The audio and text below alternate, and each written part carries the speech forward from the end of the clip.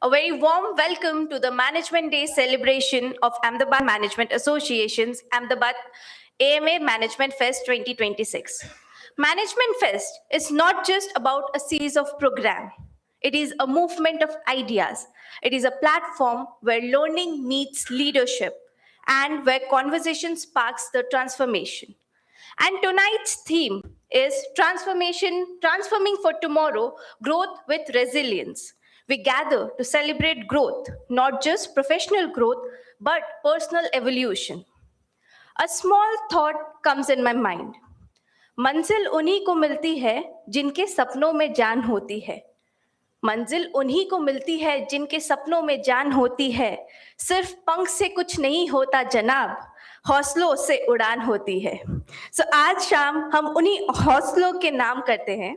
This year is also special as IMA, All India Management Association, marks its 70-year milestone, a proud chapter in India's management journey. AMS stands honored to be a part of the legacy. Every powerful evening needs a thoughtful leadership behind it. And at AMA, we are very much fortunate to have leaders who believe in nurturing platforms for dialogue, growth, and excellence.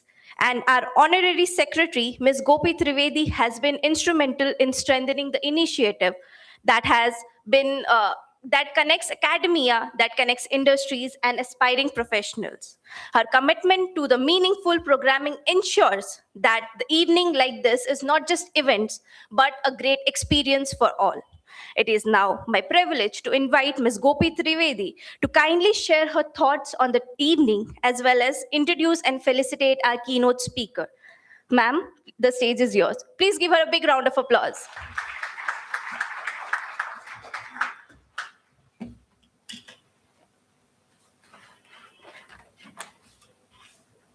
Thank you, Himani. It was really a good introduction, which is generally, quite technical.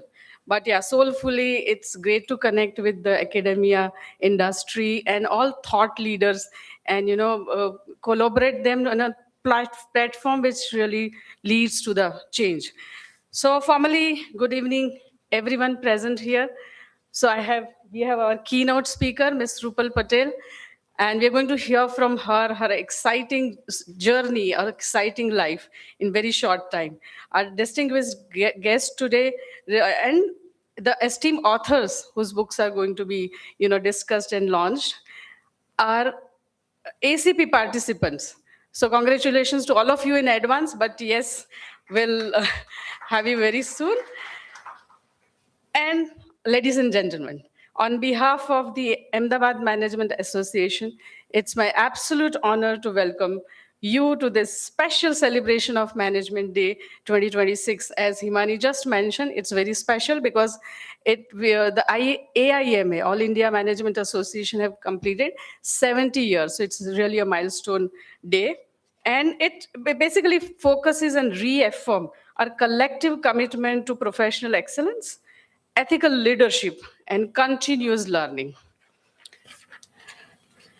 Now, the continuous learning, we all know Mr. Dastoor is here, and who better than him as a continuous learning, because at the age of 94, also he's learning.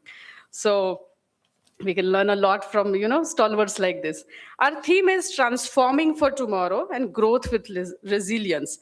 This resonates deeply in today's dynamic and uncertain world, where leaders are expected not to deliver results, but to do with foresight, integrity, and adaptability.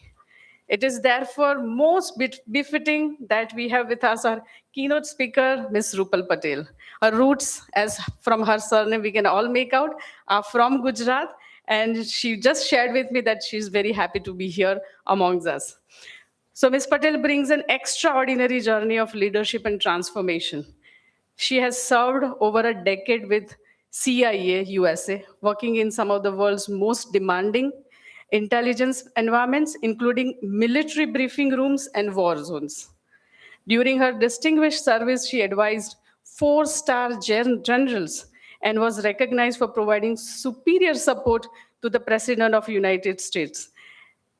And that experience that shaped her exceptional understanding of decision-making under pressure. Following her intelligence career, she has transitioned into corporate world. I just learned that after quitting that particular work profile, she did her MBA and then started her consultancy firms. Those consultancy firms are the Global Leadership Lab and Blue Infinity Property Group. Under these two initiatives of her, she has served as CEO, and that's what the title of the book is, From CIA to CEO. She is an exceptional orator, and she has been delivering lectures across the world. So it's a pleasure of all of us to have you here, ma'am. She is international best-selling author of the book CIA to CEO, which was published recently in 2024. It was released globally, a work that blends first-hand intelligence experience with entrepreneur leadership, offering practical frameworks for navigating complexity and change. We're truly honored. And can I have Ms. Rupal Patel to deliver her keynote address? And before that, I would like to felicitate on behalf of all of us, please.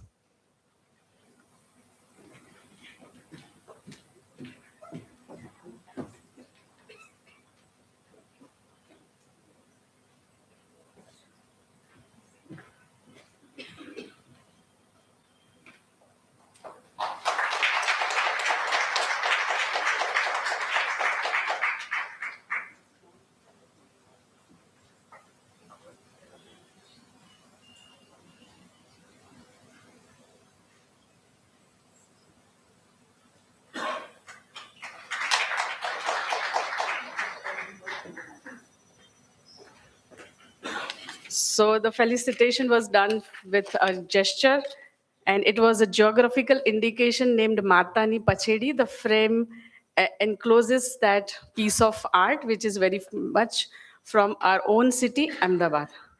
So over to you, Ms. Rupal, and stage is all yours.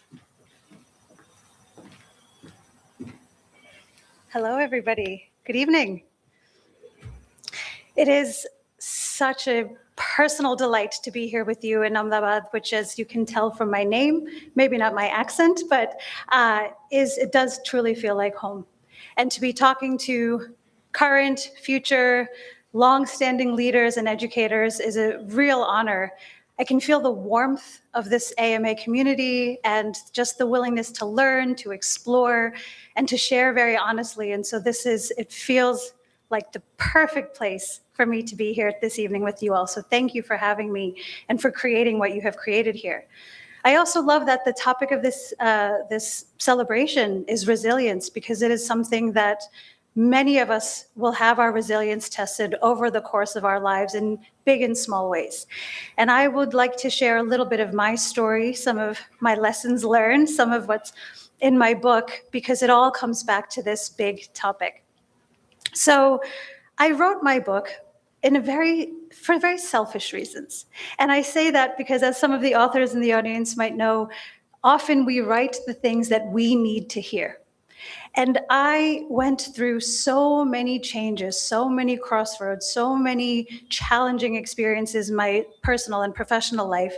And so often the questions that came to me is, what do I do? Right? What next? Where do I go from here? How do I navigate what happens? And how do I create something of purpose that is meaningful to me and leaves a true positive imprint on this world in whatever way I can? Anybody navigating questions like that or has asked yourselves these things? Yes? And I also know the pain and the uncertainty of going through these questions, the internal reflection, the frustration when things don't happen fast enough, the sometimes tensions that can arise with friends or family or loved ones who don't understand where you are going, but know or think they know who you are. And so I start my journey at the CIA. Well, I started very, very long before the CIA, but for our purposes this evening, I started at the CIA. And I became an officer of the CIA by accident. People often ask me, how did you get into the CIA? You see the stories and you see the movies, and it is a little bit like that. I was saying to somebody earlier, the movies show you what is some small portion, but we do things that are a lot more boring than that, but also a lot of things that are way more exciting than anyone could even think to imagine. So it's a very, very full spectrum. But it was never on my radar. I was, as a child growing up, the one person in my family who didn't know what I wanted to do when I became an adult. Anybody else hate that question, what do you want to do when you grow up? I still hate that question, right? I'm still growing up. And so as a child, I looked around. My parents are two doctors, both, my dad is from Khera district and my mom and him, moved to America from Gujarat in the 70s. And because they were both doctors, growing up, everyone assumed that I would be a doctor. And because of that, I said, that is the one thing I will not do, right? I will rebel just for the sake of rebelling. And so I often wondered, well, what am I going to answer when people ask me this? And then I go off to university and you have to decide. Yes, you have to choose a major. Now you can't just keep putting this off. And so I did what felt natural to me, which was to experiment. I tried everything. I tried engineering. I tried pre-med after graduating. I tried social sciences, hard sciences, and I came to political science partly because my university was like, you have to just decide. We can't let you graduate until you focus. But also because it brought together so many of the skills that I really enjoyed from the youngest age. I've always been thoughtful. I've always been analytical and very curious about the world. And so political science allowed me to explore these big questions, these big conversations and relationships through the lens of human beings, right? How do we make decisions? How do we deal with stress and uncertainty? How do things like the Cold War happen, the Cuban Missile Crisis, right? What's the psychology behind these leaders and the decision making? And so in addition to not knowing I didn't want to be a doctor, I knew I wanted to do something that involved me in the big conversations. And so I studied abroad.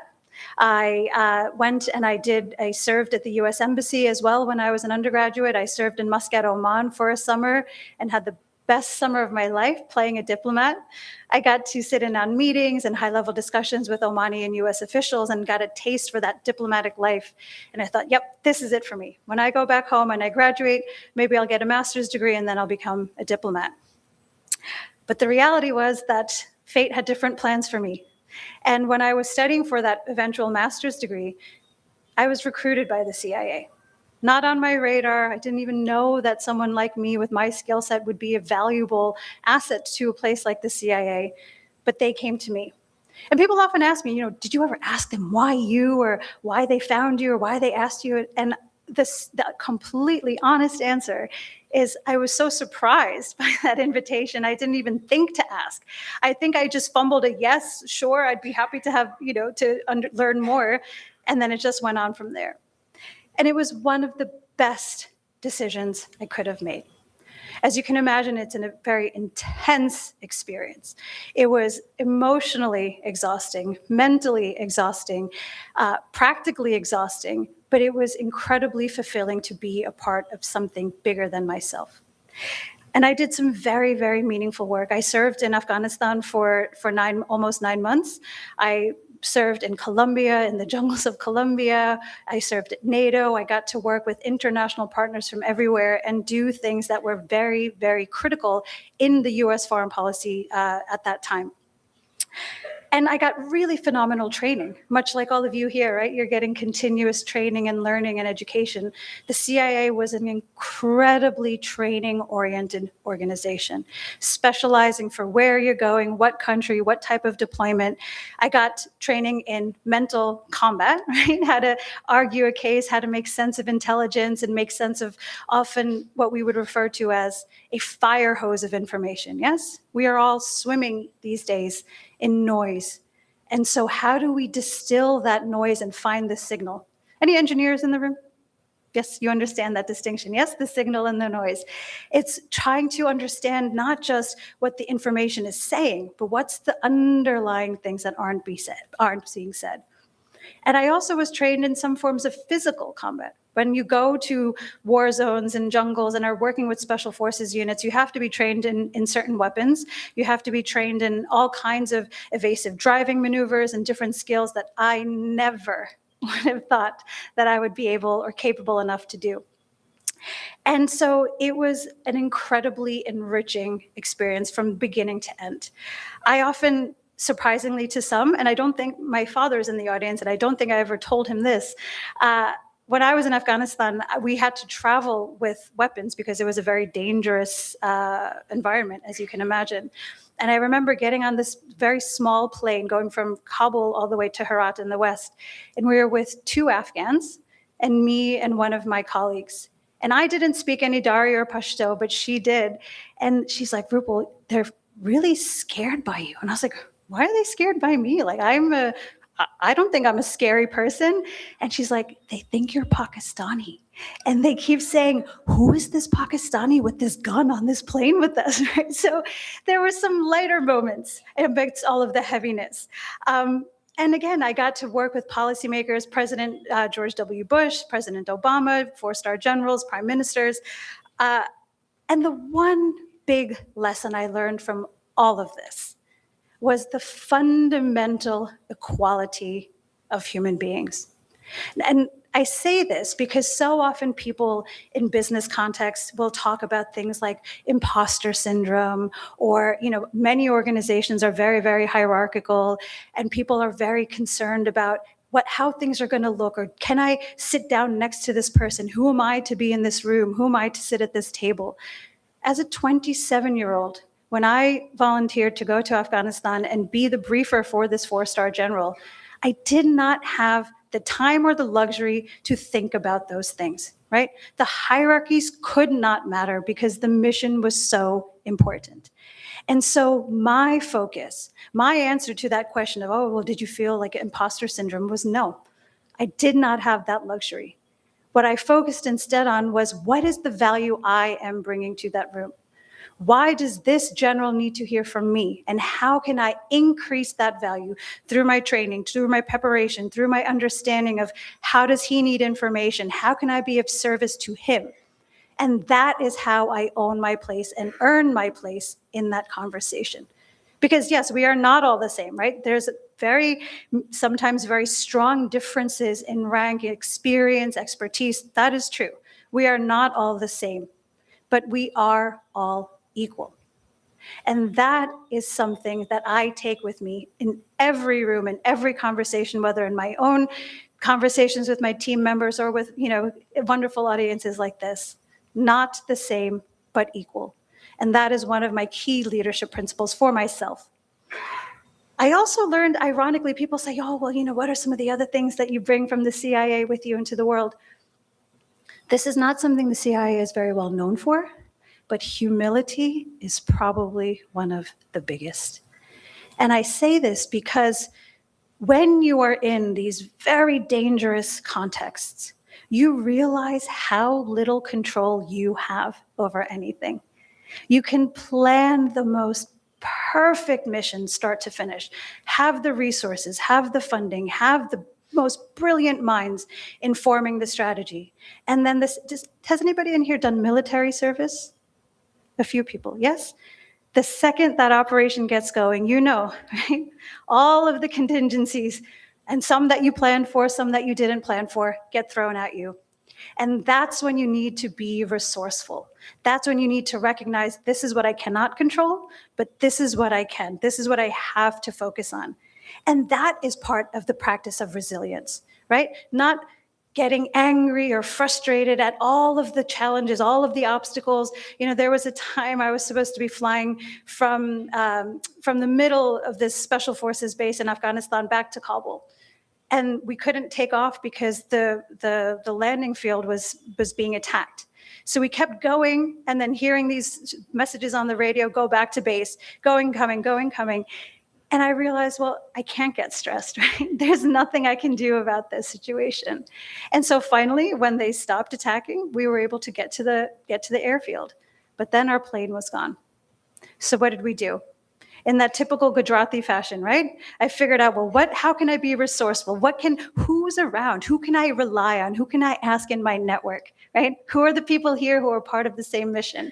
And ironically, there was a Norwegian plane full of the Norwegian defense minister, the Norwegian prime minister, and we literally got out of our Jeep and hailed it down on the tarmac, right?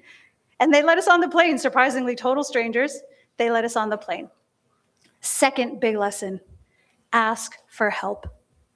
It comes together with that piece around humility, but we cannot do anything alone. Leadership, those of you who are more experienced, more senior leaders, you know it can often feel very lonely. There's so many times where you feel like you're the only one who feels this way, you're the only one with this weight of the world on your shoulders. It can be lonely, but it is not a solo journey. So to learn how to ask for help is critical. Related to this is also to know when to say, I don't know. So when we were trained, this was something that actually we had drilled into us, that if you are briefing a senator or the president, the stakes are too high. If you do not know the answer to a question, don't pretend you know more than you do. Yeah? The only honest answer to give in that context is to not think on your feet and make something up, but to say, sir or ma'am, I don't know, but I will find out and get back to you. Or, this is what I do know, this is what I don't know, this is what I'm doing to fill the gaps, right? That, again, that humility to admit that you don't have all the answers, because nobody can have all of the answers. So as you can imagine, there was a lot of mental work going on during my career at the CIA. There was the practical work, there was the physical work, and then there's that underlying difficulty of what do you tell your family and friends, right? Having to hold back some of that ability to not share, right? That's part of the job. And so often what we do as human beings when we're going through tough times, we share with others, we ask for help, or we rely on friends or colleagues. But in that world, you can't often do that. Even my colleagues sometimes couldn't know what I was doing. So that's, over time, it can take a toll. And at that time, I was at the CIA from my early 20s to my early 30s, so pretty young. At the time, I thought it was very old, but that's not old. And I realized I was starting to burn out. In my entire life, I'm 45 years old now, I felt close to burning out twice. Only twice, thankfully. Once when I was at the CIA, and once, very honestly, last year. And at that time when I was at the CIA, the only thing I could think to do was, well, you know what? Something feels different. I'm going to pay attention to something just isn't working the way it was. I'm going to take a break. And so I did what any good, studious Indian girl would do, is I took a break by going back to school. And that's when I went to London and I went and got my MBA. And I thought this will give me some time and some opportunity to reflect and to just reassess what I'm doing with my life. School felt like a safe way to take a break. And from there, as you kindly heard earlier, I completed my MBA. I started one business and then scaled and grew that and then started my second. And I wrote this book. I did a TED Talk. I've done so many wonderfully fulfilling things. But there's still so much more left to do. And there's so much that you haven't heard that doesn't come into this highlights reel, right? What I gave you so far was the very sexy stuff, right? The high level, that what they call in business school, the A case. Do you have any business school students in here? A few people. In business school, what they did when I was there, they would give you an A case, and you'd study a company and some problem or some story of an entrepreneur and how they grew their business, and it's this beautiful made-for-TV story. Oh, they were struggling in someone's garage, and then they had this conversation with someone on a train, and they invested in them, and then it was just one success after another after another. That's the A case. The B case, then, the professor reveals, and it shows you all of the mess behind the scenes. Yeah? So I gave you the A case of my career to date, but I'm also going to share with you the B case, because I think it's very important to be honest about the mess. Yes? Nothing is a straight line trajectory. Maybe the overall trajectory is a straight line and upwards, but there's often up and down along the way. So my up and down along the way was very, very personal. And I remember that transition from, you were working at the CIA, right? The response that I would get from people, the pride I felt in being affiliated with that organization. And then when I left my MBA program and was starting my own business, nothing, right? I have nothing. I have nothing to show for it. I have an MBA degree, but that's not really worth very much. I was building something from scratch in a small home office, and I had no results. My friends were working at McKinsey and at, Barclays and flying all over the world and having these very exciting lives and staying in fancy hotels and weekends in Spain. And I was in this tiny little office, building a business that no one had heard of, zero traction, don't know what I'm doing, by the way. The only other person who started a business in my family is my father, and I'm doing it by myself. And it was the hardest, first 3 years of that transition was the hardest 3 years of my life, because it forced me to understand some of this, right? What am I made of? What is important to me as an individual? And how am I going to get myself through this, because I don't know who to ask for help?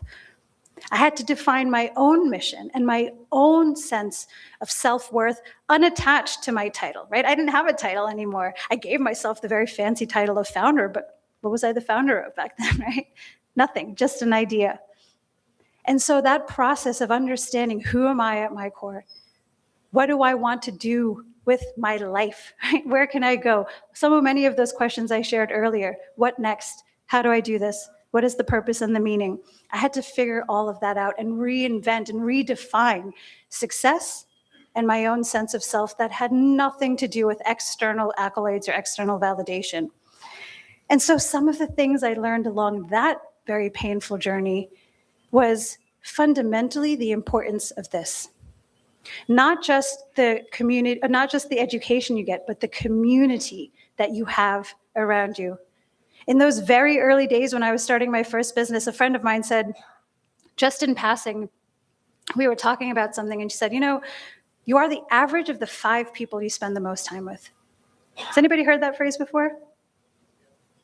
I remember it slapping me in the face, because at that time, I did an immediate inventory. Who are those 5 people, yeah? And at that time, when I was starting my business from scratch in this home office, the 5 people I was spending the most time with was my mother-in-law, my husband, my one friend who was a stay-at-home mother and wasn't very career-focused, and then 2 of my friends on the phone who were back in America. And I thought, oof, they're wonderful people, but they are not going to help me on this journey that I am on. So curating who we are around, those influences that those people have on us is massive, because not everyone who was with us before will be with us where we are going. And that is a very difficult thing to have to contend with, especially when those people are people you love. I remember my mother, who, as I said earlier, is a physician, was desperate for me and my siblings to all be doctors. And on the day I graduated from my MBA, she's like, Rupi, it's not too late to be a doctor.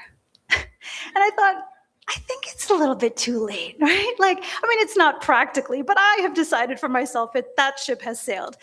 And so every time I'd speak to my mother, for example, why don't you just go get a job at McKinsey or Bain or BCG, these resume, put something important on your resume. My brother and my sister said the exact same thing. Like, don't waste this opportunity. You just have an MBA, right? Go do the recruitment cycle. Anybody have those conversations with family members where it just feels like you're talking to someone who does not understand what is going on? The same is true for our friends. Even now, even as a fully fledged grown-up, whatever age you are, from 9 to 99, right? The influences of the people around us leave a mark. So as any of the computer scientists who remember computers from the very early days will remember, right? Garbage in equals garbage out. I'm not saying that people are garbage. I'm saying the influence they might be having on your life might not be the one that you need in that moment, or for the journey that you are on, or for the goals and ambitions and dreams that you have for yourself, for your business, for your career, for your family. So do the inventory, yeah? Who are those 5 people? Who are those influences? Who are the books and the authors you are reading? Who are the podcasts you're listening to? Who are the professors you are learning from here? Because everyone is going to be nudging you in a certain direction. And those small tweaks, right? 1% changes over time make an entirely different impact on your trajectory and where you end up. So I also learned, and this is a bit more of a philosophical point, but to understand very clearly the what, that you care about, right? It might be, I want to make an impact on climate change. I want to revolutionize, I don't know, desalination. Whatever it is that is your big North Star. But the how and the when you get there, you have to be open to, because those are those things that are outside of our control. I heard a really wonderful phrase. Someone said to me once, it takes 10 years to become an overnight success. Yes. And I think the more seasoned professionals in this room know that sometimes it can take even more, because success takes its own time. We can do what we can do. We can nudge it along. We can do all the right things. We can be prepared, keep working, be persistent, be resilient. And sometimes even then, the success doesn't come. So we have to be willing to be open to how it happens. Of course, keep your integrity and your values intact, right? I'm not saying do it at any cost, because that, I think, so often is the temptation. This isn't working. I'm going to change and become someone else, or change my value system, or change my moral compass to get the faster results. There is so much temptation in this world to do that. But to be open to how it happens, to when it happens, takes patience that many people do not often have. But that is the only way to deal with reality, because again, the world has no stake in making any of our goals or ambitions a reality. So we just have to keep going, stay resilient in the face of those setbacks, right? Build those communities and just keep experimenting along the way. I heard another, as you can imagine, like these beautiful quotes around you. I love a wonderful quote. And someone I was having a conversation with, we were talking about goals and outcomes, and that very Buddhist concept of separating yourself from the outcome, right? Sounds so amazing and when people give you that advice, right? I love good advice. And yet it's the hardest thing to do, right? My dad often says, oh, well, you have to separate yourself from the outcome. Just do your karma. Yeah, fine. But the reality is we want results. We want something for all of that effort, yes? So here's a twist on that. Not to totally not care about the results, right? Because we are human beings. Some of us are more human than others. But to do what I heard once so beautifully said, which is to choose your goals for who you will have to become in order to achieve them. It's a good one, yeah? Because that's how you maintain yourself, your integrity, your values, your North Star, whatever is meaningful to you. Because maybe you get the result, maybe you reach that goal, but maybe you don't. And all you're left with, in either case, is who you have become in pursuit of that. So be careful. And then also, to not waste the privilege that we have. And I mean that in two ways. One is the privilege of being alive. Yes? Any statisticians in the room? No, there's often one, right? Or one who's afraid to admit it. The odds of any one of us being in this room alive are so infinitesimally small. Someone's done the math once. I think it's like 1 to the 10 to the, 23, right? It's something crazy. The odds are minimal. And yet here we are, yes? Despite the odds, despite the fact that evolution has been going for billions of years, and we are the result of an unbroken chain of evolution that has taken a course over billions of years. I mean, that's pretty crazy, right? If you think about it. So that is a privilege. To actually be physically present on this earth is the first privilege. And then the second is, of course, resources. We have different access to different kinds of resources, but we all have the privilege of having resources. The fact that we have the time to come here and to learn and to connect and to meet with other like-minded people, that is a privilege. So don't waste that privilege. I have a very, very stark reminder of this on my refrigerator at home. When I was in Kabul, I was in the car, and in front of me, Kabul traffic is very much like Ahmedabad traffic. Yeah? You get very close to the people around you. And there are these beautiful little Afghan kids in the back seat looking out. There are these two boys and a girl. They were making faces, and they were smiling and laughing, and I was smiling and laughing and making faces back. And I took a picture of them. And I remember even back then thinking, gosh, I know with a pretty good degree of certainty what your life outcome is going to be, right? Afghanistan, sadly, has not changed very much, except for the very small few. And so I have that on my fridge to remind me every single day that that little girl who I saw in that car 25 years ago, or whatever 20 plus years ago it was, her life is so different from mine. I have privileges and access and ability to make choices that so many people in this world do not. So I'm not going to waste that. Whatever that means to me, right? I'm not telling you how to define it for yourself or what it should be, how you use that privilege, but to not forget about that. There's also a more personal story. So as I said, my father is from Kerala district. And when he was a young boy, him and his brother were at the local watering hole, and he slipped and he fell inside and he didn't know how to swim. And his brother, who was thankfully with him, called for help. So my father was drowning and his brother was there. And so some local laborer who just happened to be passing by, thank goodness, came in and saved him.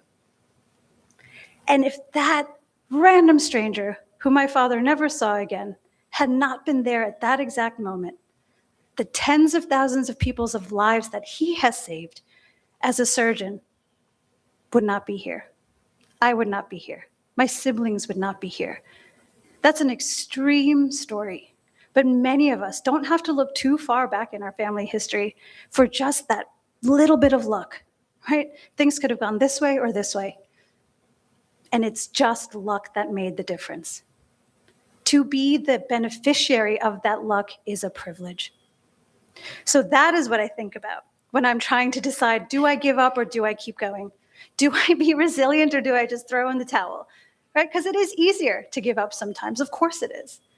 But that is my duty, to honor all of that, to honor the luck, to honor the privilege, to honor that little girl in Kabul, and to just stop obsessing over my problems and just get on with it, yeah? Anybody else feel like they're stuck in their head a lot of the times? Yeah, obsessing, yeah. There are a few who are brave enough to raise their hands. Just get over yourself. And I mean that in the most kind and loving way. I say that to myself as well, right? Just get over yourself and just get on with it.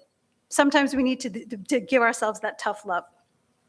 So, in parting, I want to ask all of you just a question to think about, to reflect on as you're going through the rest of your day and the week ahead, is that what will you do to honor your privilege? What will you do to honor all of the luck that it took to be physically present in this room at this moment, in this wonderful, vibrant city with this wonderful, vibrant community? Because it doesn't matter if you are 9 or 99, thankfully. The world needs you to answer. You need yourself to answer and to show up and get it done, whatever it is for yourself, and to lead your life. Thank you so much for sharing this time with me.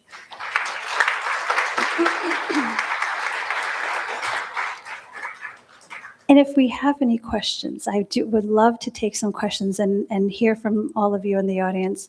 I cannot talk to you about Area 51, about JFK, or about Elvis, but most other things are open for conversation.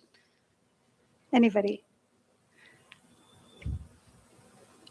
No. Okay. Oh, yes, please, sir. What inspired you to write this book? Oh, that's a very big question. What inspired me to write this book was, well, one, I have always been a writer. There's this wonderful Joan Didion quote where it says, I don't know what I think until I write it down. So I've always been someone who writes just to help me reflect on anything. Journaling, writing, it's been a big part of my life.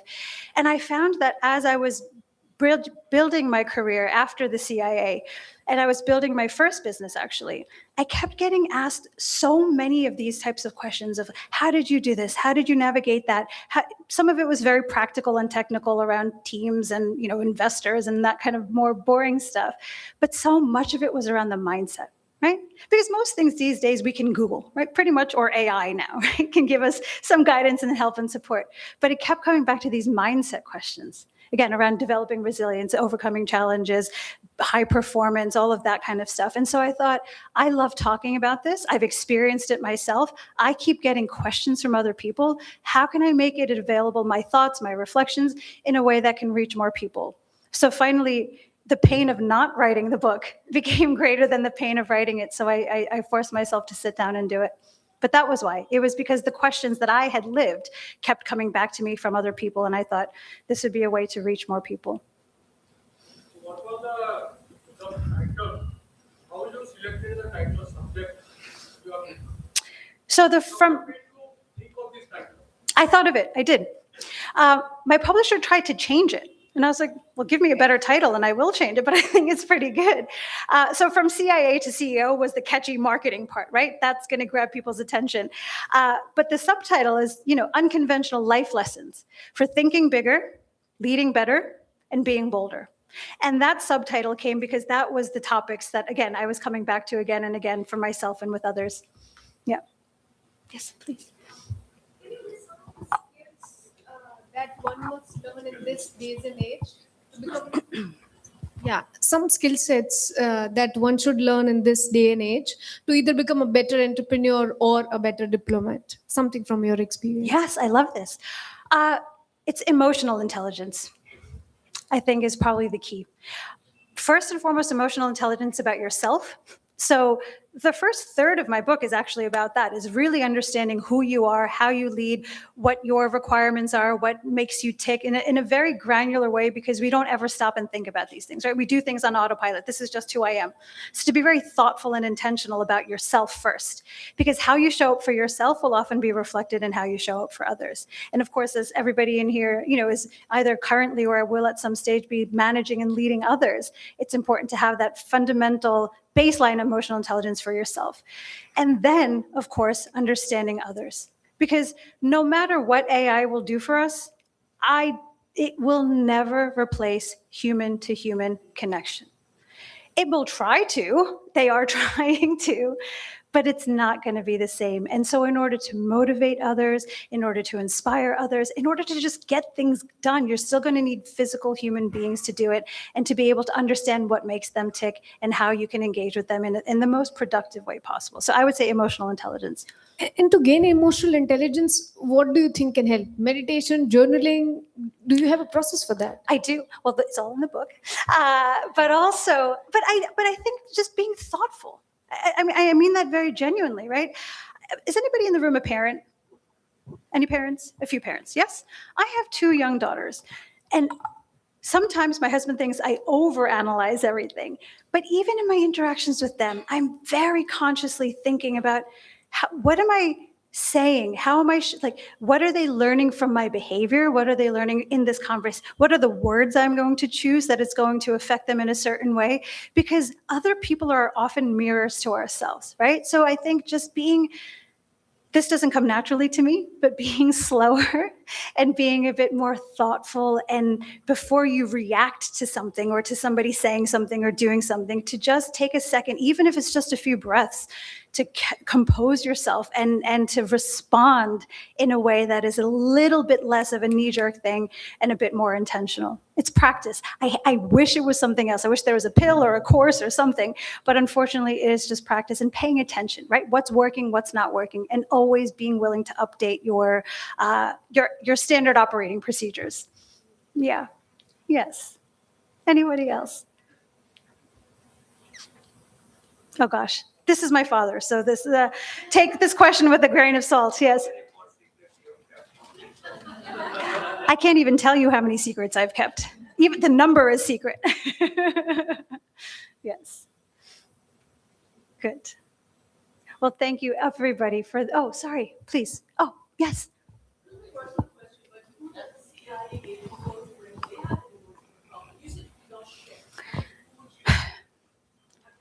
So they have, CIA psychologists, right, for us. They have in-house people, as many companies do, right? Somebody in HR is handling that or thinks they are handling that. But it's not often, to many people, it doesn't feel like a safe space. Because who are you going to complain to your work about. You're not going to complain to your, another employee, right, about work people or work-related things or policies or whatever. So it's hard. I think what got me through those years was having a close group of really, really good friends. And there weren't many. There were 3 of us, right? It doesn't have to be a million. But I went to Afghanistan. They went to Iraq. We had sort of similar experiences in our training and where we did our deployments and things. And so we understood each other and understood what everything that was going on. So that's who I relied on. And this is the other thing that so often happens when we seek solace or comfort or advice, we go to the closest person to us, right? Or anyone who's accessible. And I was having a conversation earlier, not everyone is qualified to give you advice. Everyone will have an opinion, right? I come from a family of very opinionated people, but not everyone is qualified because they might not have the relevant experience, right? So if you want to write a book, ask someone who's written a book how to do that. Not your best friend or your uncle or anybody, because they haven't done the thing, right? So are they qualified having had the experience? And then secondly, do they share your values, right? Because there are many ways to get things done. But if you're looking for a way through or way forward or ideas, then for me, those are the bare minimum criteria. Do they have relevant experience? And do they share my values? Thank you. First here, and then we'll go in the back. Yeah.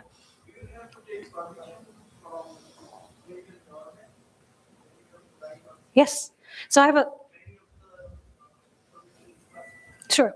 So yes, I have a lifelong obligation to clear my work with them, and I do. And this is where I was pleasantly surprised, is that it is very efficient. As you can imagine, the CIA often has a lot of curious people who are asking questions of former employees. And so the process is very straightforward. I sent them my manuscript and I said, could we please have it back by this deadline? It was back by that deadline, no follow-up, anything. So it's a very well-oiled process. But yes, I'm forever beholden to getting things cleared. Yeah. Please, in the back.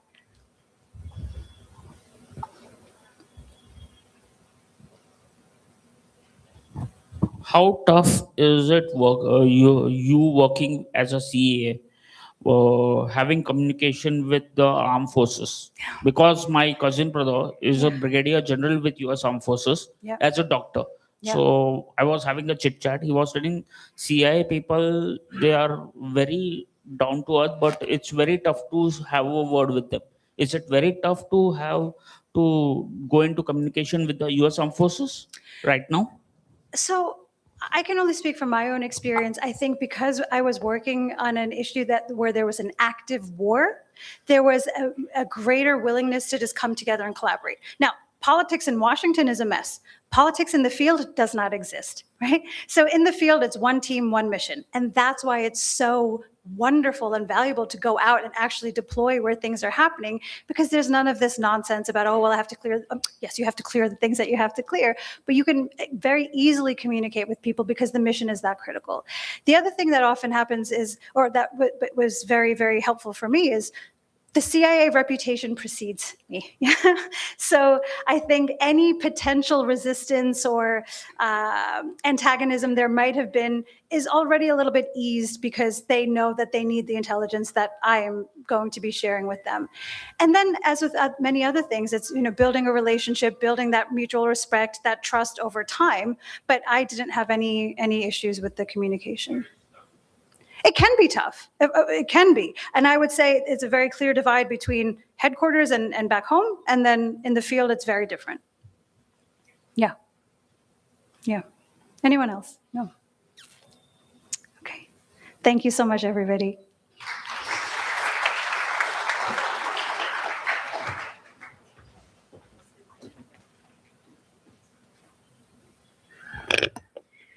After hearing ma'am, I believe, let me ask you a question. How many of us has completely reinvented ourselves? Like new industry, new identity, new leadership space. I believe some might have tried, but it is not at all easy.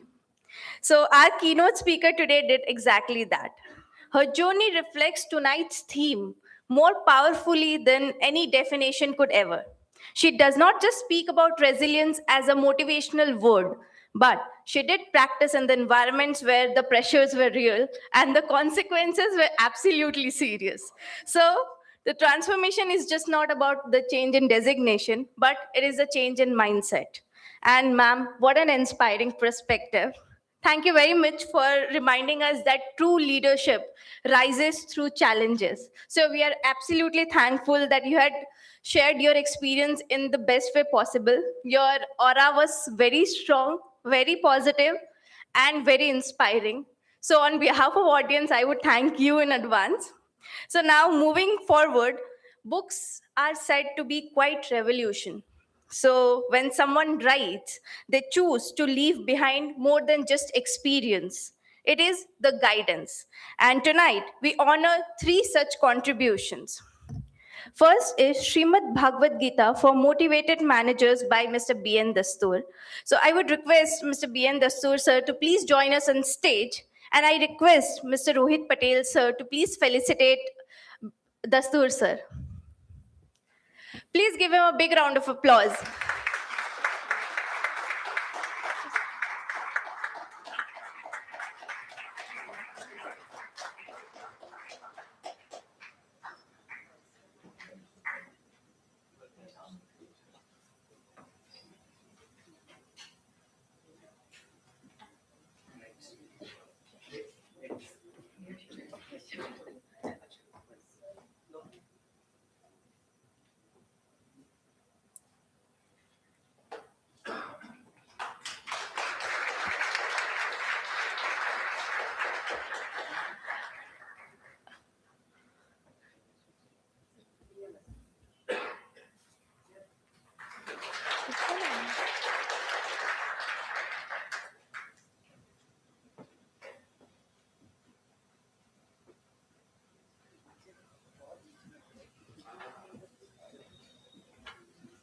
Thank you very much, sir.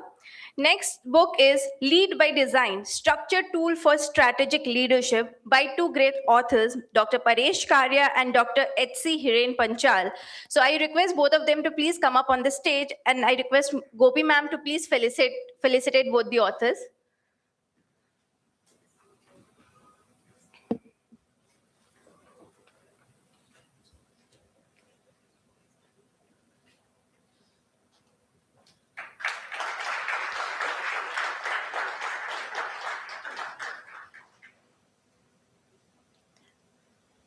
तालियां बजती रहनी चाहिए guys.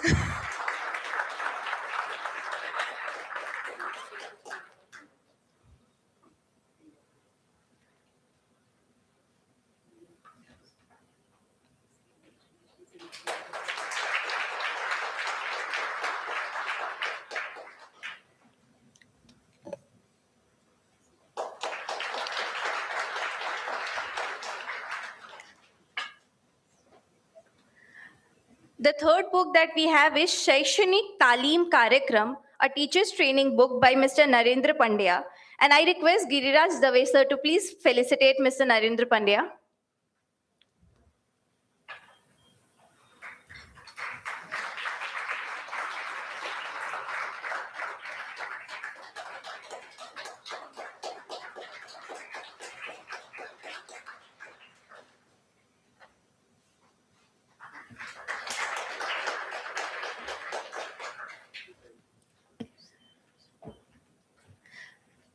So now is the moment where we all have been waiting for. 3 books, 3 journeys, and one shared purpose, and that is growth through knowledge. So may I request all our dignitaries present on the stage and Rohit sir and Gopi ma'am to please come up on the stage for the book unveiling.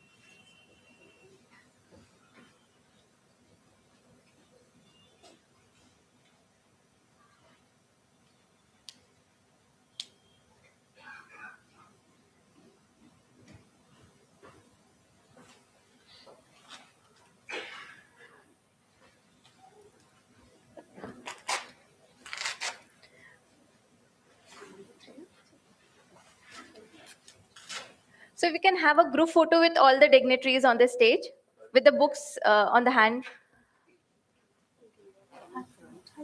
Uh,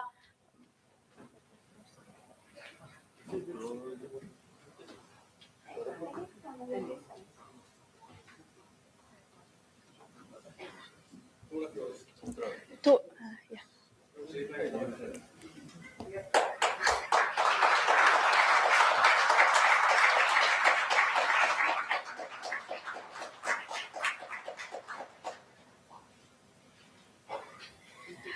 Yes. Thank you very much to all the dignitaries present on this stage. Thank you very much, Rohit sir, Gopi ma'am. Please, thank you.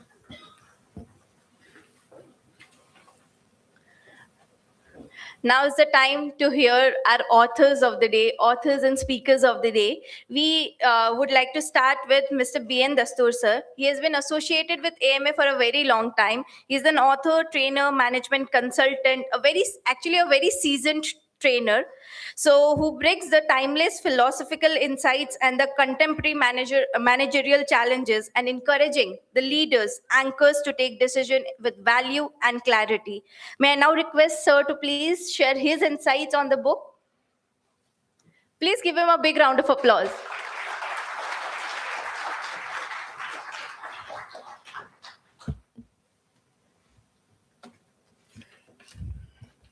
Thank you, sir. Good evening, ladies and gentlemen. My very sincere apologies to you. After listening to a very good-looking Secret Service agent, you got to look at a very old 93-year-old person. But I believe in karma, and that is why I am going to offer you a deal which no true Ahmedabadi can refuse. 5,000 years back, Vishnu Bhagavan came to us in the form of Professor K.V. Yadav, whom we normally know as Lord Krishna. In his earlier incarnations, Vishnu did not do anything for the normal people, while Lord Krishna gave us a book which covers almost everyone on the earth. There is something for everybody, and there is something also for managers. Today's manager is working under an environment of ANYNE. It means anyone can come from anywhere, anytime, and cut his throat anyway. And that is why this book tells you that there are a lot of factors that are not in your hand. And that is why what you have to do is karmanyevadhikaraste ma phaleshu kadachana. Your right is to work. Don't be obsessed with the results. This has been misinterpreted in Parsis. We have got a very unique sense of humor. Parsis have translated it as કે દીકરા જોની તું ગમે તેટલી મહેનત કરીને મરી જશે ને તો બી તને ફલ કદાચ જ મળશે એવું કિશન મહારાજ કહેતા હતા. માં ફલેશો કદાચન, ફલ તને કદાચ જ મળશે. So this is something that is going on for all the time. But then if a manager is working under these conditions, Kishan Maharaj says he got to be tranquil. So in the book, there is a chapter on tranquility. Then people talk about emotional intelligence a lot. This emotional intelligence is a new word in the management jargon. It's only about 50-year-old. Kishan Maharaj was the original father of emotional intelligence. In his book, he has talked about good thoughts, good words, good deeds. And he has said that the manager has got to fight negative emotions like anger, like lust, like jealousy. Then he has also talked about role modeling. A manager has to be a role model because he's always under a showcase. So he said, Yadyada charati shresthatata devataro janah sa yatta pramanam kurute lokastadanu vartate. What that a great man does, everybody else does. the standard he sets, praman he sets. Sab yatya pramanam kurute lokastadanu vartate is followed by other people. And then he also gave a formula of success. This is normally neglected by many people, but it is something that is applied even today, even though it is 5,000 years old. He has given 5 ingredients of success. In 1814, he says, Adhishthanam tatha karta karanam cha prutagvidam vividhascha progata chesta daivam chaivatra panchavam. He has given 5 ingredients. Adhishthan means environment. You must have a relevant environment where you can progress. Number 2 is karta. Karta is the doer. He must have the relevant experience, relevant knowledge, relevant talent, etc., etc. Third one is the resource. Nobody can progress without a resource. And the resource, every resource requires a different process.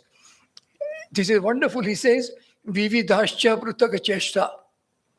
Different types of individual processes to maximize each resource.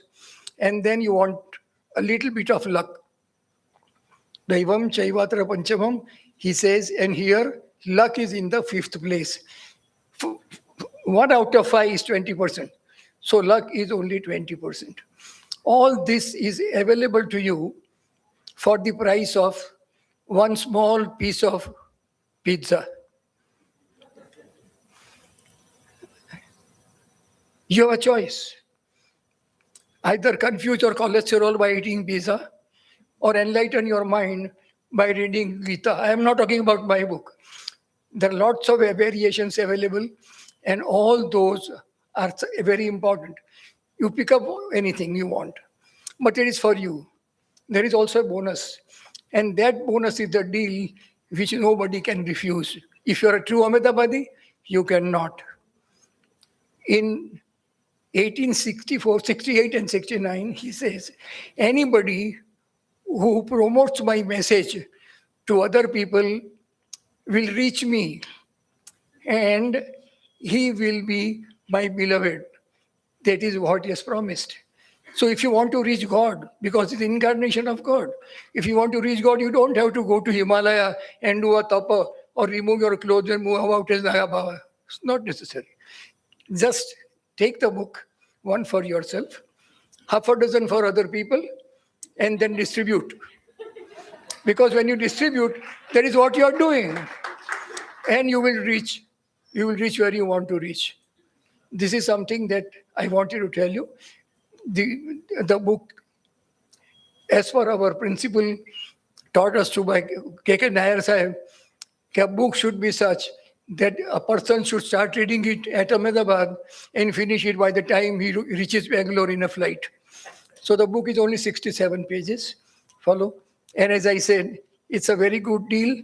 And I hope, as true Ahmedabadis, you will have one copy and then distribute others. Thank you.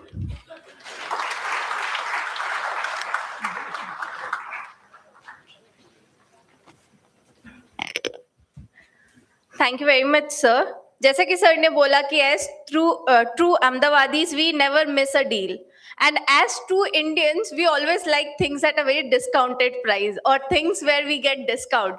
So today, the books that we have released or launched will be available at a very discounted rate outside. So जैसा कि sir ने बोला, एक आप अपने ले लीजिए और बाकी आप अपने relatives के लिए लीजिए. So I would request they can purchase it from outside after the event.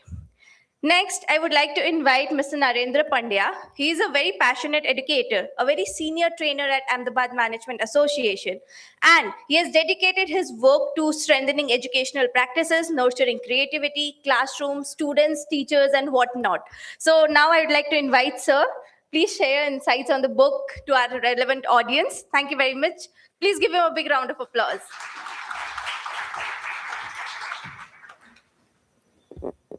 નમસ્તે મિત્રો. અંગ્રેજી પુસ્તક ગુજરાતીમાં છે એટલે હું ગુજરાતીમાં જ બોલીશ. જરૂર પડશે ત્યાં જરૂર અંગ્રેજીનો ઉપયોગ કરીશું. AMA દ્વારા પ્રકાશિત શૈક્ષણિક તાલીમ કાર્યક્રમ એના કેન્દ્ર સ્થાને છે શિક્ષકો. શિક્ષકો કોઈ પણ ક્ષેત્રમાં હોય, ખાસ કરીને આ શિક્ષકો મ્યુનિસિપલ શાળાઓ, જિલ્લા પંચાયતની શાળાઓ અને NGO દ્વારા ચાલતી શાળાઓના શિક્ષકો માટે છે. શા માટે આ પુસ્તક લખવાની જરૂર પડી?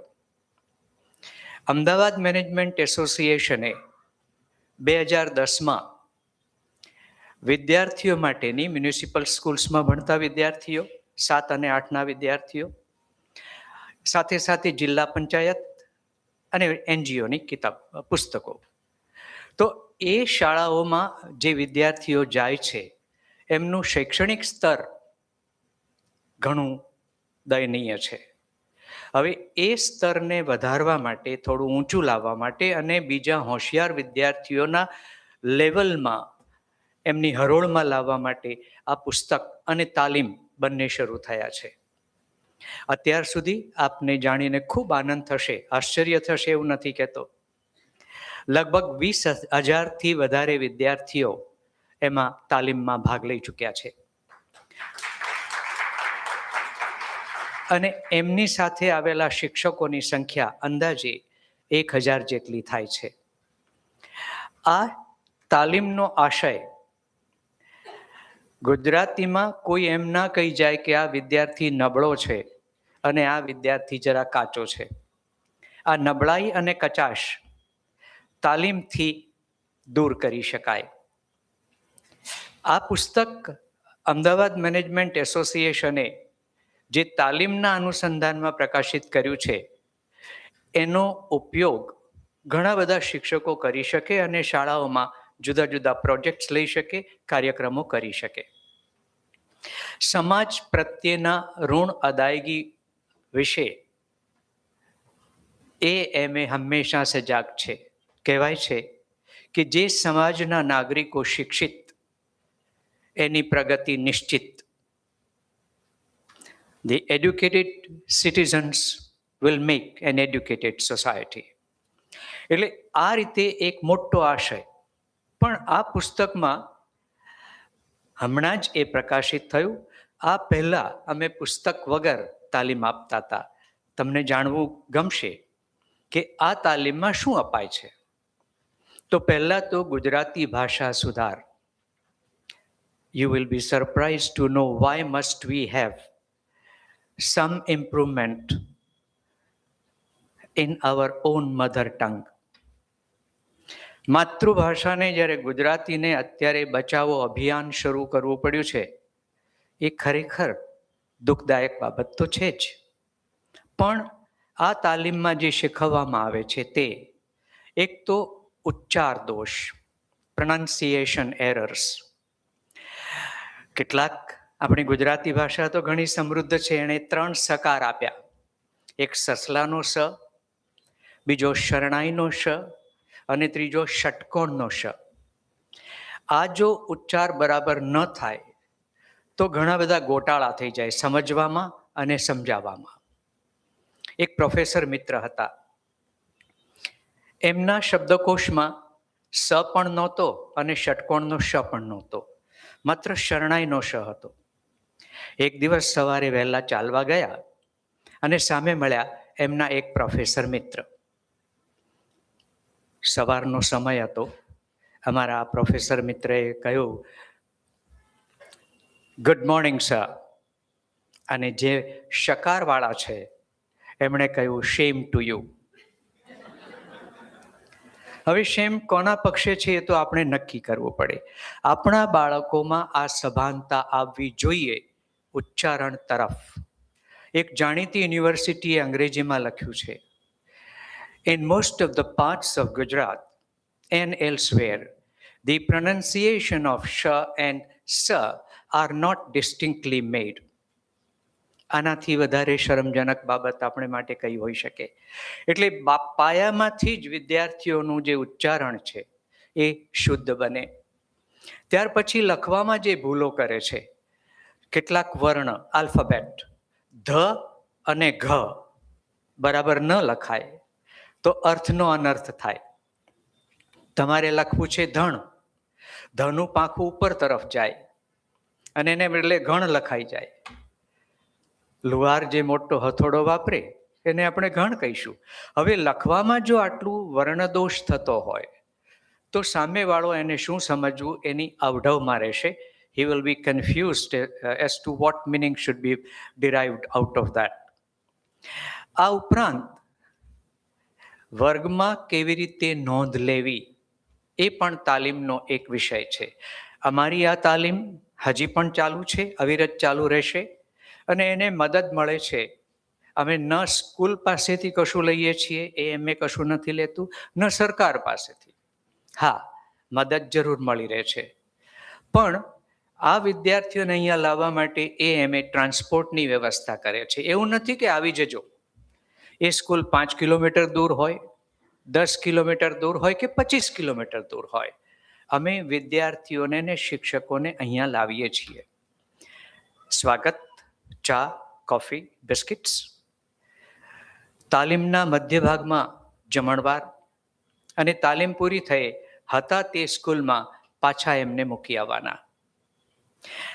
આ અમને શાળાઓની જે ફાળવણી થાય છે એ શિક્ષણાધિકારીઓ દ્વારા થાય છે, કારણ કે એમની મંજૂરી લેવી જરૂરી છે. Without permission we cannot get the schools here. એ થઈ ગયા પછી આપણા શિક્ષકો એવું માનતા હોય છે કે બાળક જ્યારે વર્ગમાં ધ્યાનપૂર્વક એમને સાંભળતું હોય તો ઘણું શીખે છે, એવી એક એમની દ્રઢ માન્યતા છે. એ બિલકુલ ખોટી માન્યતા છે. માત્ર સાંભળી લેવું એ શીખવું નથી. સાંભળી લેવું એ માત્ર સાંભળવું છે. આપણા વિદ્યાર્થીઓ જ્યારે પરીક્ષામાં જવાબ આપે છે ત્યારે એમની પાસેથી જવાબમાં જે કન્ટેન્ટ અથવા વિષય વસ્તુની અપેક્ષા રખાય છે એ નથી હોતું. એ દૂર કરવા માટે વિદ્યાર્થી વર્ગમાં શિક્ષક ભણાવે ત્યારે નોંધ કેવી રીતે લેવી, how to take notes while the teacher is teaching, એની પણ તાલીમ અપાય છે. આ ઉપરાંત ઘણું બધું છે. વિદ્યાર્થીઓને આમાં અમે ભેળવીએ છીએ. એ માત્ર શિક્ષકો અમારા તરફથી થાય છે એવું નથી, એ પ્રવૃત્તિલક્ષી તાલીમ છે. અમારી સાથે અમારી ટીમમાં સુલેખન, હવે સુની વાત નીકળી છે ને મિત્રો, ત્યારે સરસ મજાની એક વાત કહી દઉં. ગુજરાતીમાં કેટલાક શિક્ષક મિત્રો ટૂંકા રસ્તાઓ શોધી કાઢતા હોય છે અને ટૂંકા રસ્તામાં ક્યારેક એવું કહે છે કે શું એટલે સારું. શું એટલે સારું યોગ્ય હોય અને વધારે યોગ્ય કેવું હોય તો સુયોગ્ય. વ્યવસ્થિત હોય અને વધારે વ્યવસ્થિત કેવું હોય તો સુવ્યવસ્થિત. સ્વાગત હોય ને વધારે સારું સ્વાગત થયું હોય તો સુસ્વાગત. કન્યા સરસ હોય તો એ સુકન્યા, પણ વર સરસ હોય તો સુવર તો ના જ કહેવાય. આ શોધી કાઢેલો શોર્ટકટ એ વિદ્યાર્થીને આજીવન નડતો હોય છે. હવે આવા પ્રકારના શોર્ટકટ્સ એવું નથી કે એક જ આપણી ગુજરાતીમાં જ આવું થાય છે, ઘણી બધી ભાષાઓમાં આ થતું જ હશે. એટલે વિદ્યાર્થીઓને વાંચવાની ટેવ પડે અને એમના અક્ષરો સરસ મજાના થાય. આ સુલેખન શું આવ્યું ને, લેખન અને સુલેખન. અમારી અમીષા અહીંયા છે, અમારી સાથે છે. તો અમારી એક નાનકડી ટીમ છે અને અમે હંમેશા જ્યારે તાલીમ થાય છે ત્યારે વિદ્યાર્થીઓના મૂડને અમે ઓળખી લઈએ છીએ. આ પુસ્તક શિક્ષકોને આપવામાં આવે છે જેથી એ આ જ પ્રણાલિકા ઉપર આગળ વધે. એક નાનકડી વાત છેલ્લે કરી દઉં. અંગ્રેજી ભાષાનું આક્રમણ ગુજરાતી ભાષા પર અથવા બીજી ભાષાઓ પર અસહનીય છે, અનબેરેબલ. એને કારણે આપણે આપણા ગુજરાતી ભાષાના શબ્દોને હાંસિયામાં ધકેલી દઈએ છીએ અને મૂળ સ્થાને એની સ્થાને આવી જાય છે અંગ્રેજી શબ્દ. હું અંગ્રેજીનો વિરોધી નથી, but I show you a red signal કે આપણી માતૃભાષા ધીમે ધીમે જ્યારે અંગ્રેજી ભાષાના શબ્દો વધારે પડતા વાપરતી થઈ જશે ત્યારે એ જાણીતા શબ્દો અદૃશ્ય થઈ જશે અને બીજા શબ્દો અંદર આવી જશે. અમે અમારી તાલીમ દરમિયાન છોકરાઓને 2 શબ્દો આપીએ છીએ કે ભાઈ હાર્ટ એટલે શું, તમને નવાઈ લાગશે, એ લોકો હાર્ટને હાર્ટ સમજે છે. હાર્ટ એટલે ગુજરાતીમાં દુકાન, ખરીદી કરવી એટલે હટાણું કરવું. હવે બીજો એની સામે બીજો શબ્દ છે હાર્ડ. વિદ્યાર્થીઓ સમજે છે કે અઘરું. આ અંગ્રેજી ભાષાના આ શબ્દો વારંવાર જ્યારે વપરાયા કરે છે ત્યારે એ ગુજરાતી ભાષાના શબ્દોનું સ્થાન લઈ લે છે અને પરિણામે આપણી ગુજરાતીના ગુજરાતી રહે છે, ના અંગ્રેજી બને છે. એટલે આવા પ્રકારના શબ્દો જે છે, અંગ્રેજીનું જે આક્રમણ છે, ધારો કે આપણે શુદ્ધ ગુજરાતીમાં વાતો કરીએ, ભલે લોકો આપણને ચોખલિયા સમજે, let them take us for granted that we are Puritans. ના, આપણે આપણી ભાષાને નુકસાન થવા દેવા માંગતા નથી. And therefore, awareness on our part is equally demanded. મિત્રો, ઘણું આ પુસ્તક વિશે કહી શકાય, પણ અત્યારે આટલું. વધારાનું તમે જ્યારે પુસ્તક લેશો અને જોશો ને ત્યારે. નમસ્તે.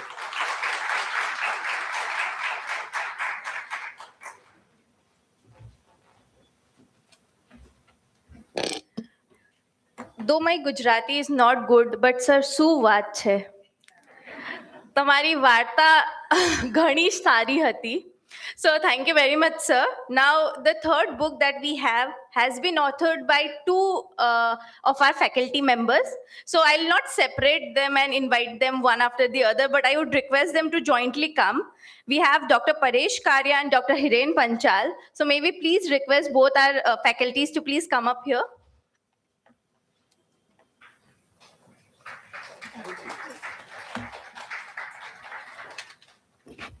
So thank you, daughter.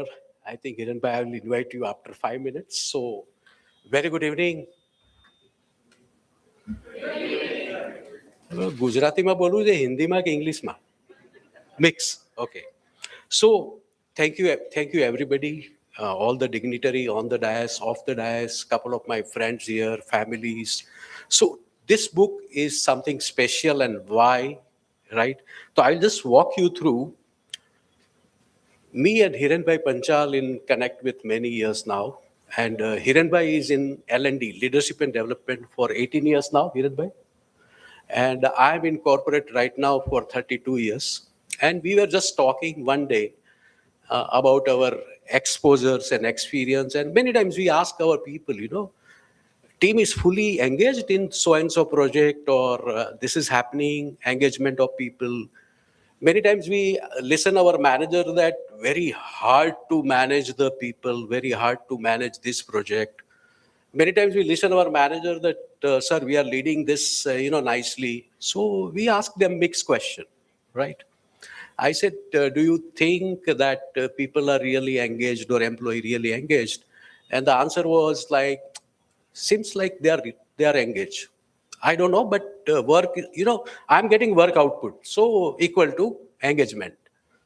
Sometimes we say we are managing or leading. You say, no, both, right? So I think this was the crux to write this book, and the title is Lead by Design, because I have seen that leadership, I found in my experience, is reactive, or in crisis that leadership you can visibly see that he's a good leader.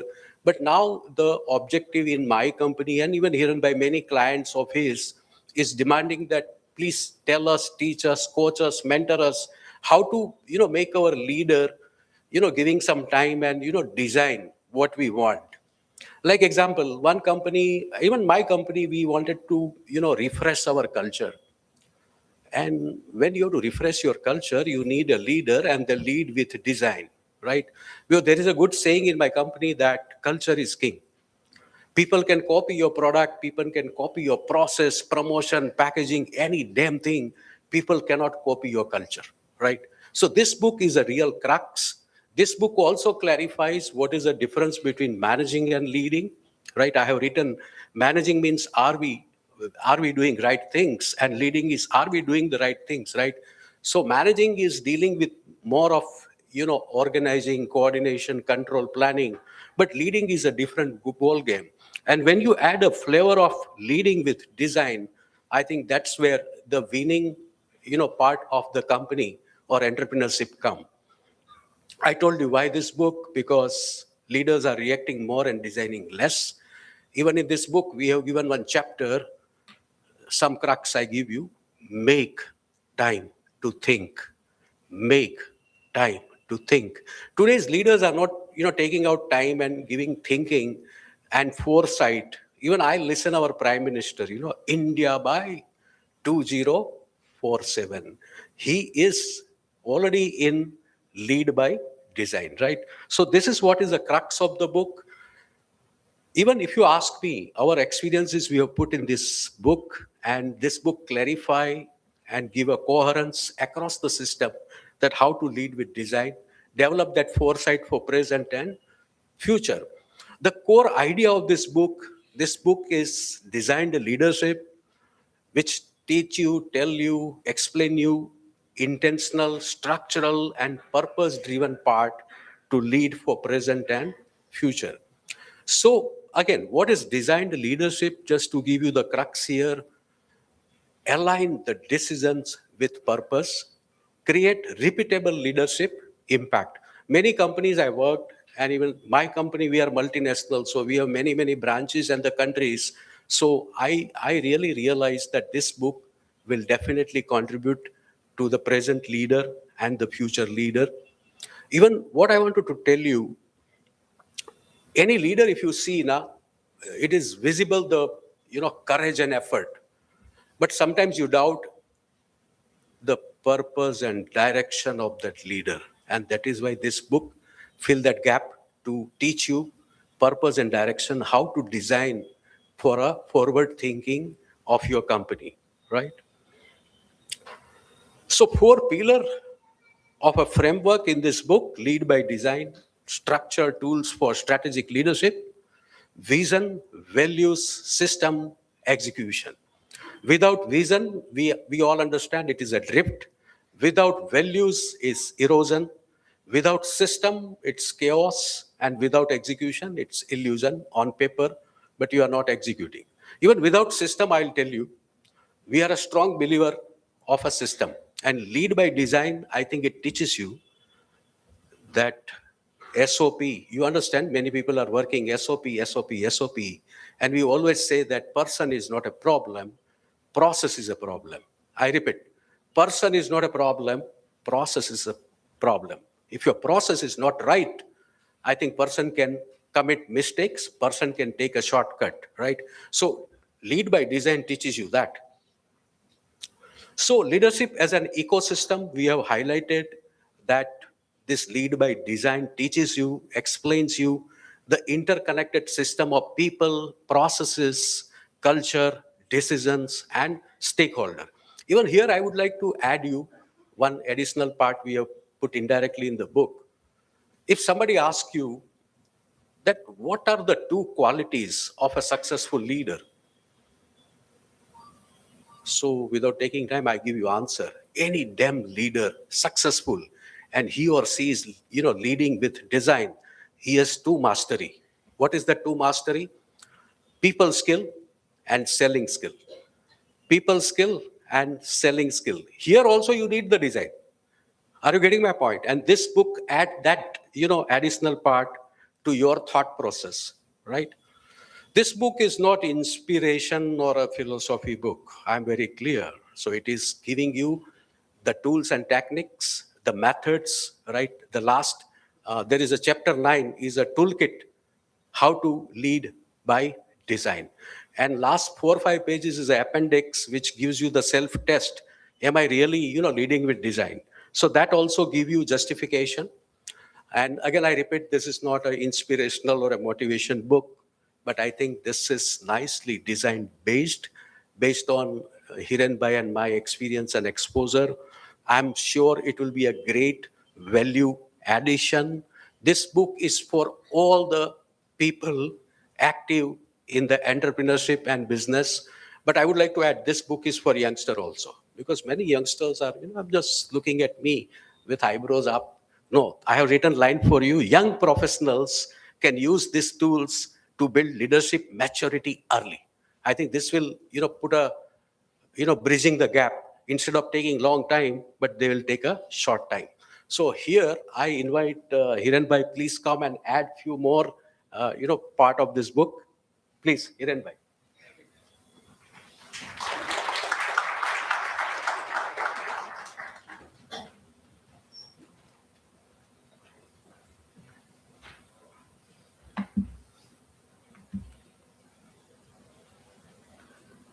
So good evening, everyone. Is it still evening, right? Good evening. Still, I'm not listening, please. It should be a little bit, excitement should be there, right? Good evening. Great. So I'm really feeling very privileged, happy, excited, and little nervous also. Right? I was just, seeing this book, Srimad Bhagavad Gita for Motivated Managers, right? From our very own Dastur sir. And I just, there's a coincidence that Srimad Bhagavad Gita has 18 chapters, and this book, Led by Design, also has 18 chapters. And it is accidental, not by design. Though this book is led by design, which has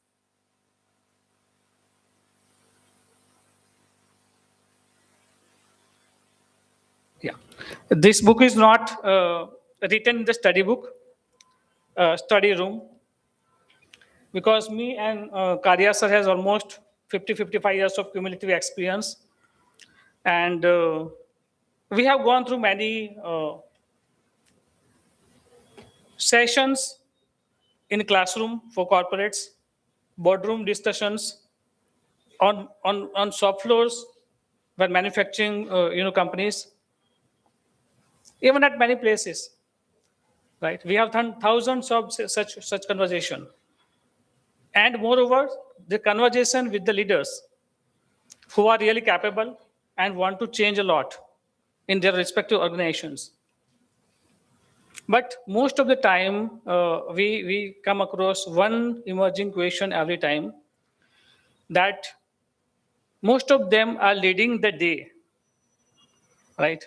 And hardly they get time to design the future. And then we were discussing, as Karya sir has said, that we were discussing that what can be done. And then the seed of this book has come, and the motivation or the inspiration behind this book. So we are thinking that what to write. Can it be one more theory book? And we said no. We don't want to make it as one another theory book, but a book which actually helps the leader to implement, or some practical application should be there with some strategic tools that can help them to lead by design. And that's how this entire book has come up. We want that this book actually become a thinking guide, reflection partner, and moreover, a toolkit of structure tools that actually helps them to lead better. Leadership should not happen by default, right? Leadership must be designed, right? Designed around people, designed around process, designed around purpose, and designed for long-term impact, right? And most of the accidental things or reactive things which don't have that lasting impact or a long-term impact. So hope this book will help the leaders, as sir has said, for all the category of people, starting from young to leaders who are already has the titles and they are leading. They start lead by design, not by default. And we wish you all the best to all of you. And I'm really thankful to all of you for coming here and motivating us to spread this kind of knowledge regularly.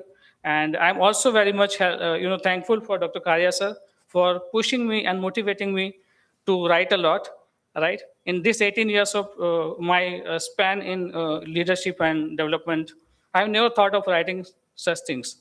But from last 2 years, he's pushing me, And this is our third book jointly. So thank you so much, sir, for always motivating, right? And thank you so much, everyone. Thank you.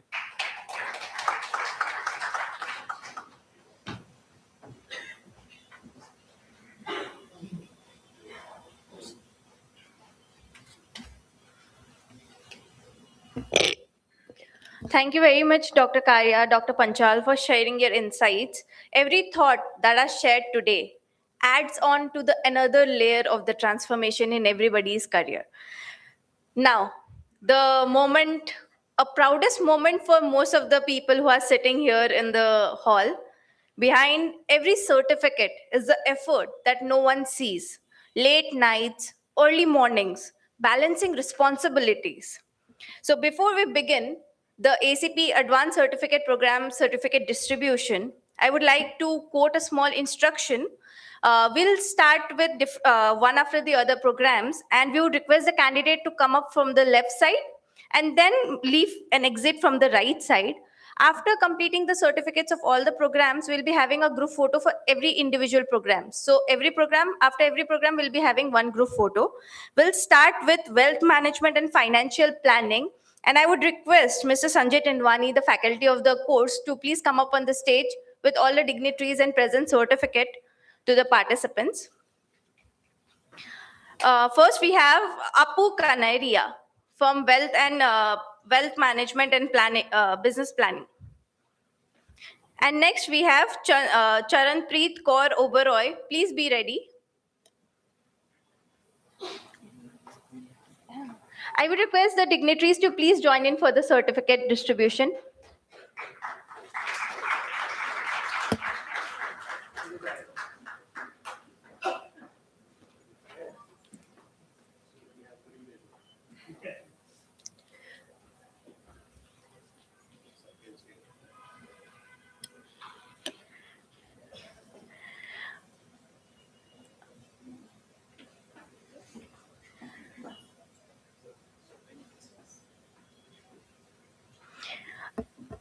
After Charanpreet, we have CP Patel, Devans Desai. Please be ready here on the left-hand side.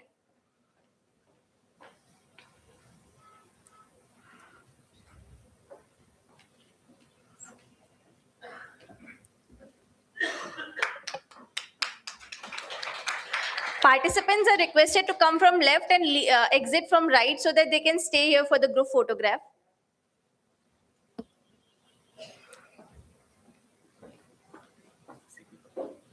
Next, we have CP Patel.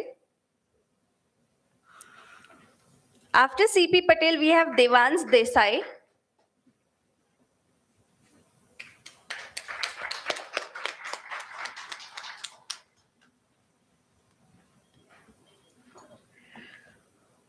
After Devans Desai, we have Dr. Bhargav.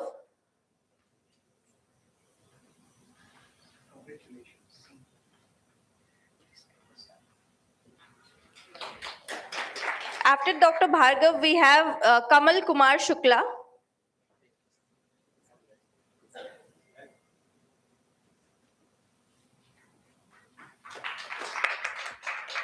The participants who have got the certificate, they're requested to stand on the right-hand side so we can have the final group photograph.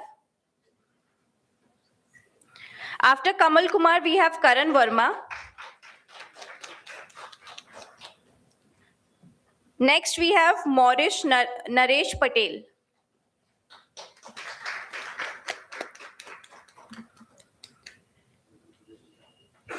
Then we have Rahil Bhavik Parikh.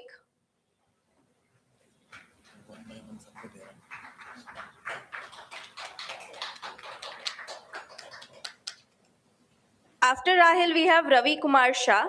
Next up.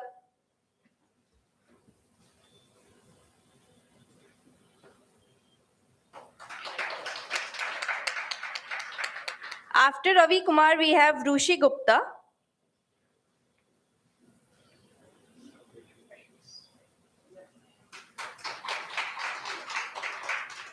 Then we have Yogeshwari Jadeja.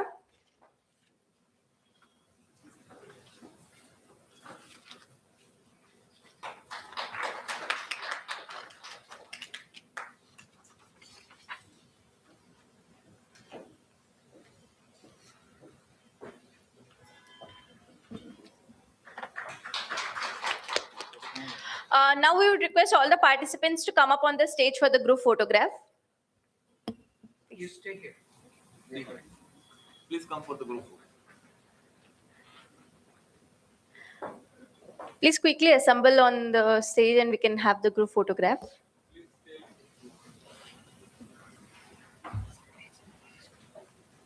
Here.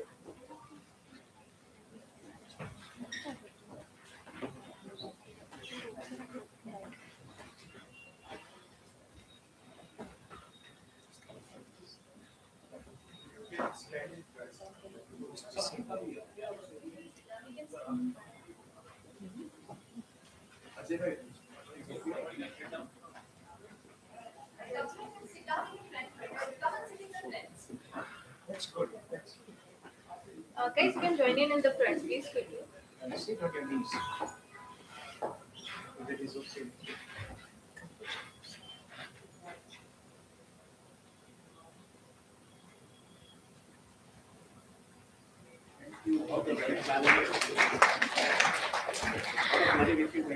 Now we move towards the second program, which is supply chain management.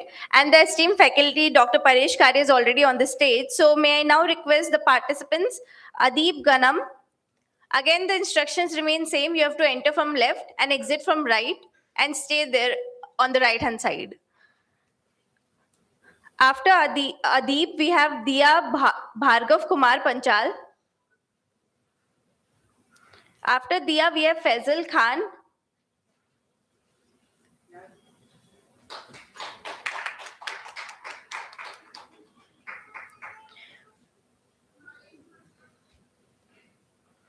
After Faisal, we have Hani Soni. After Hani, we have Karan Kamal Bhai Shah.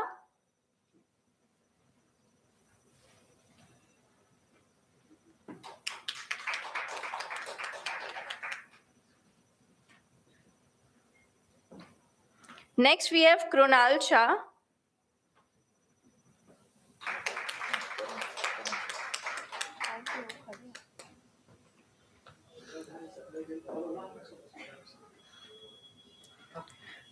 Next, we have Mitesh Mishra.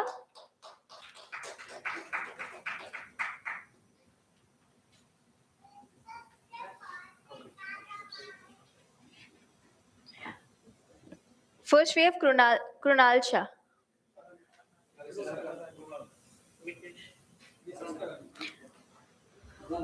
First, we have Karan, and then we have Mitesh.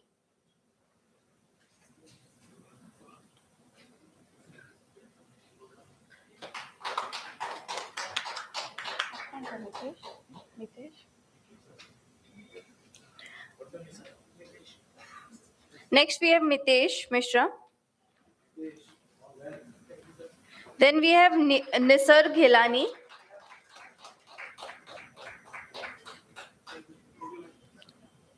After Nisarg, we have Nitesh Patel.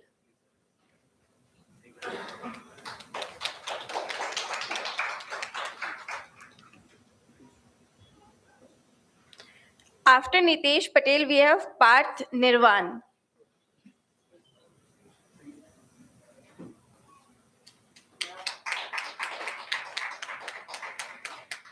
Senior person in supply chain is here. After Parth, we have Suhan Malik. This is part. Hey, I wish you really good to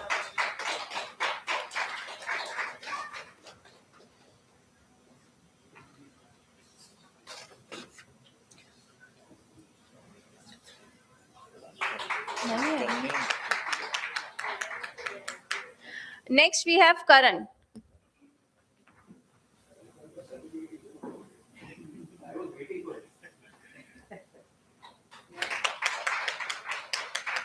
I request all the participants to please join in for the group photograph.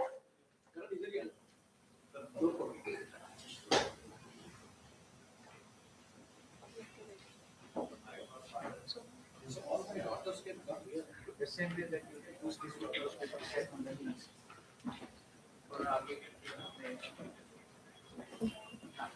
Yes, fine.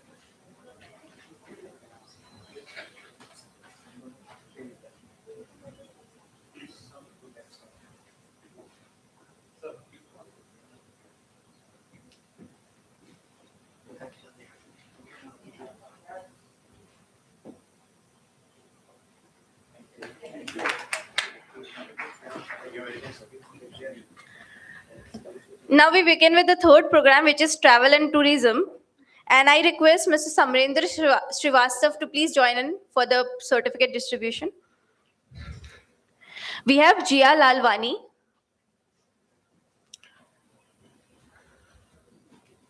May I request the participants of travel and tourism to please come up on the left side. Ms. Jia Lalwani. Next, we have Keyur Bhupendra Bhai.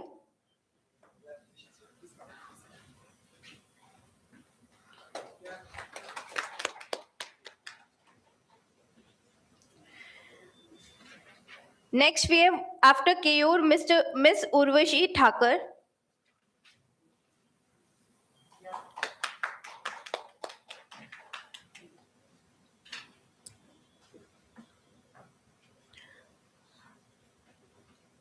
Then we have Vyoma Shah.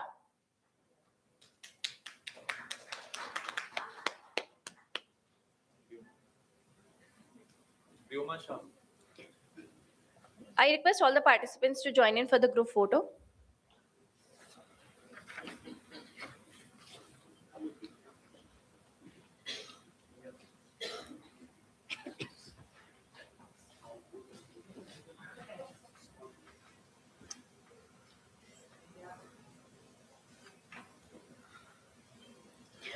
I request Samrendra sir to please be on the stage. Now we are going ahead with pharmaceutical regulatory compliance. We have Abhishek Dave. Next is Arena Christian.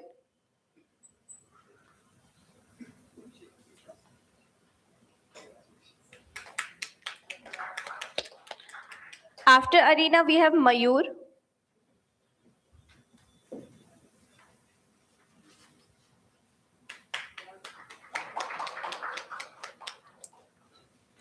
And next is Shikha.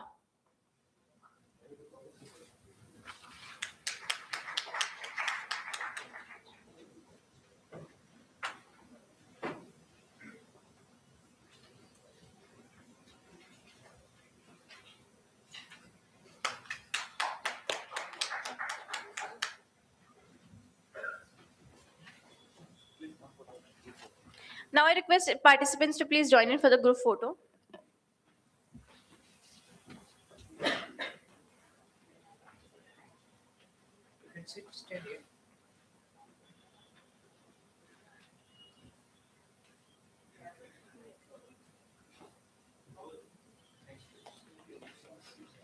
Now we move on with our last program, which is at ACP in Diet and Clinical Nutrition. And I request Dr. Vachini Bhatt to please come up on the stage.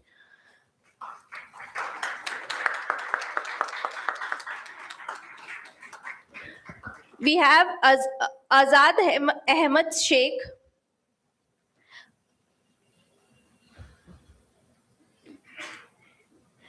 After then we have Aryan Lad.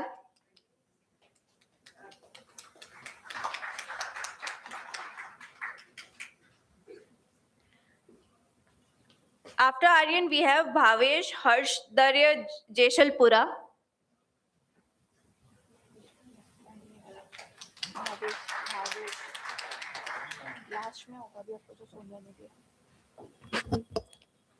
Okay.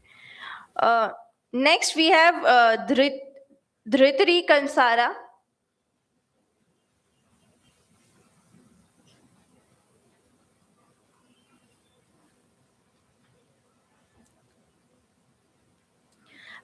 Next, we have Dipen Mehta.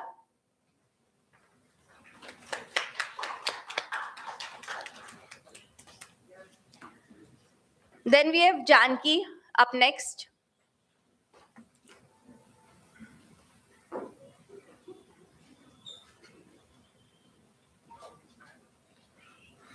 After Janki, Kalgi Trivedi, please be ready.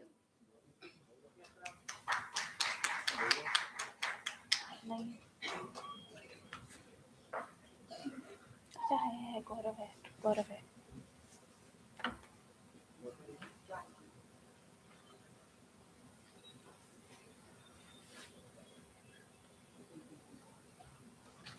First में होगा first में होगा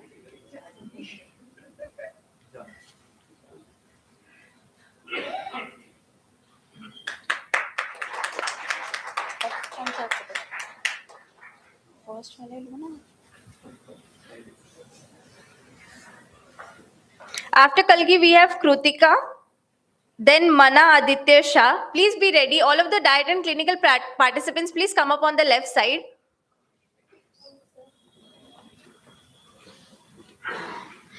We have Kruti Bhatt.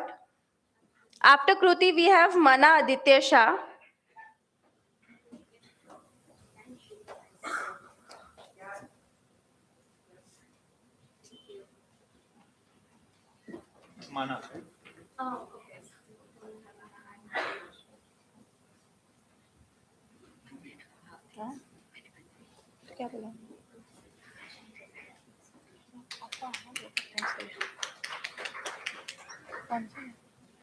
Next, we have Maneet Kaur. After Maneet, we have Mayank Jain. Please be ready. After Mayank, it is Mitwa Ritesh Zaveri.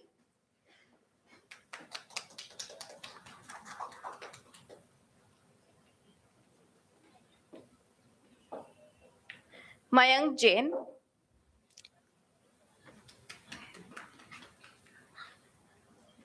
Then we have Mitwa Zaveri. After Mitwa, we have Naitik Patel. After Naitik, it is Nitika Suryavanshi.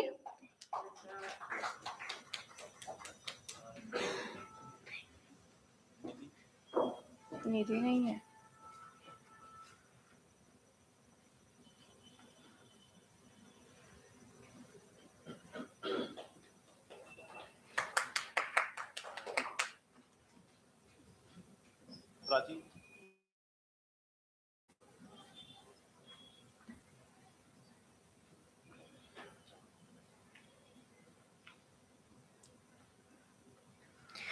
Next, we have Prachi Patel.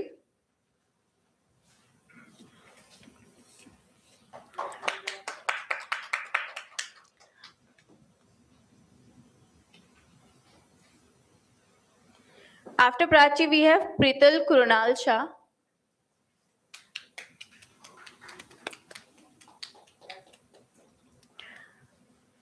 Next, we have Sajan Vijay Bhai.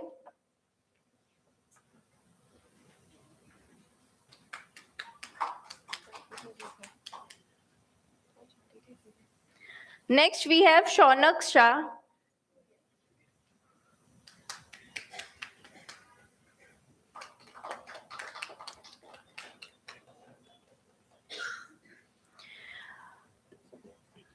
Then we have Subhadra Karthik.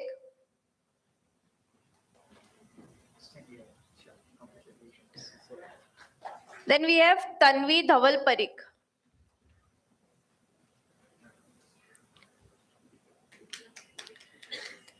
Vaibhavi Soni up next.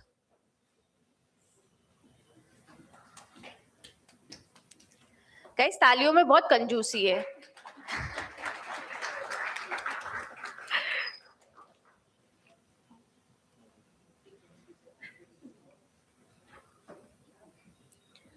Next up, we have Vaibhavi Soni. Vaishali Hemal Kumar Pathak up next.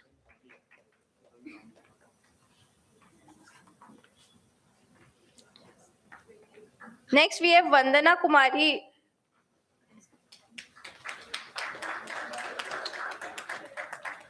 After Vandana, we have Varun Majmudar.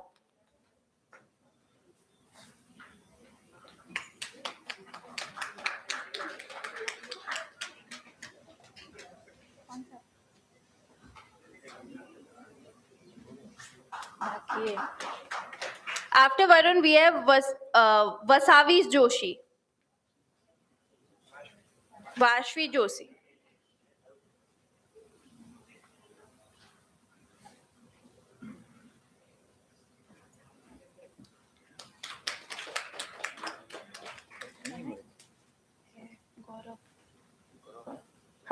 Next, we have Gaurav Vaishi.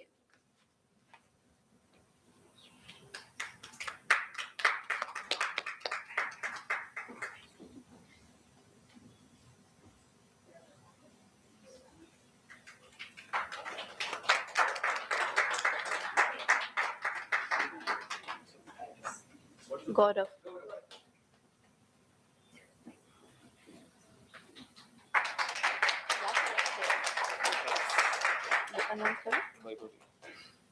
Next, we have Vikas.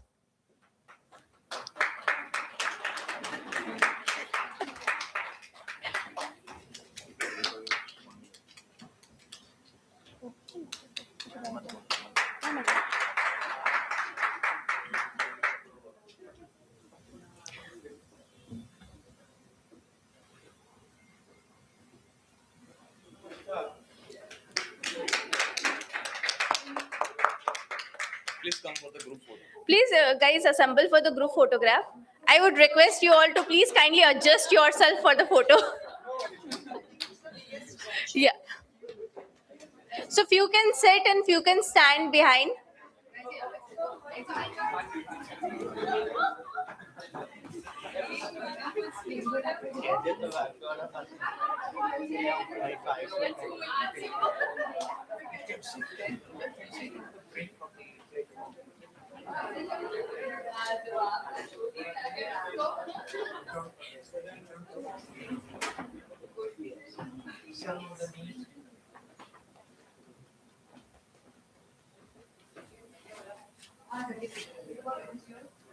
Yes, come here. You should be in the focus.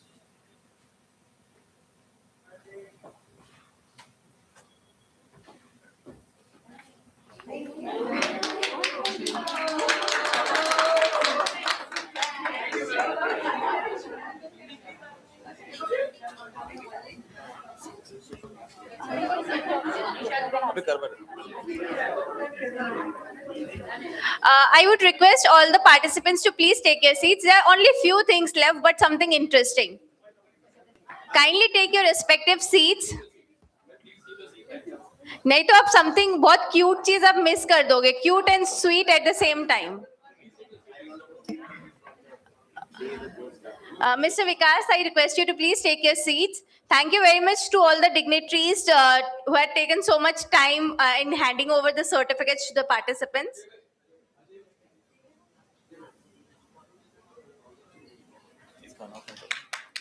Last, we have Sundeep Singh Sarva for Customer Experience Management.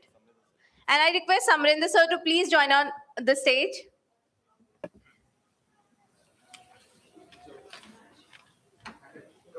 I think, sir, you're the right person. Please, sir, I think I'll request you. Please, please.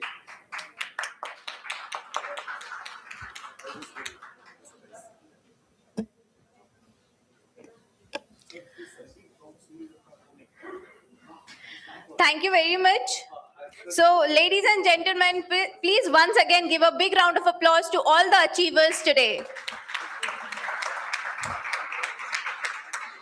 Congratulations to each one of you. I request the dignitaries to please take their seats. So this certificate represents more than just completion. They represent commitment, they represent discipline and the courage to keep on learning.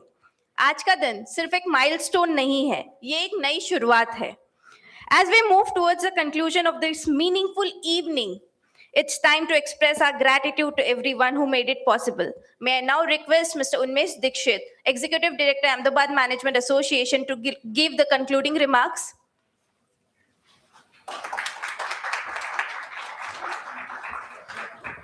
Thank you very much. The first point which I'm told for concluding remarks is that your ice cream is ready at downstairs. Thank you very much, all the faculties. Once again, a round of applause for our keynote speaker, Ms. Rupal Patel. She was here for 2 days, and out of which we got 1 day, and she's a part of this event. Our gratitude and thanks to Dastur sir, who has been faculty for all of us. We have been trained by him. Dastur sir, thank you very much.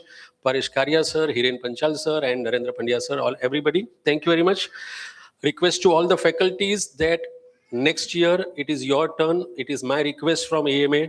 Please write one book for AMA publications, and you have 364 days left. Next year you should be here with my humble request. Let us have a round of applause for our faculties. Special thanks to our past president, our mentor, Mr. Rohit Patel, sir, who has been here, and he has been instrumental to bring Ms. Rupal Patel over here. Sir, thank you very much for being with us. Everybody have a good night, have a ice cream, and see you soon once again in another event. Thank you very much, everybody. Ice cream is at downstairs once you go down. You can meet the faculties or the speakers over here.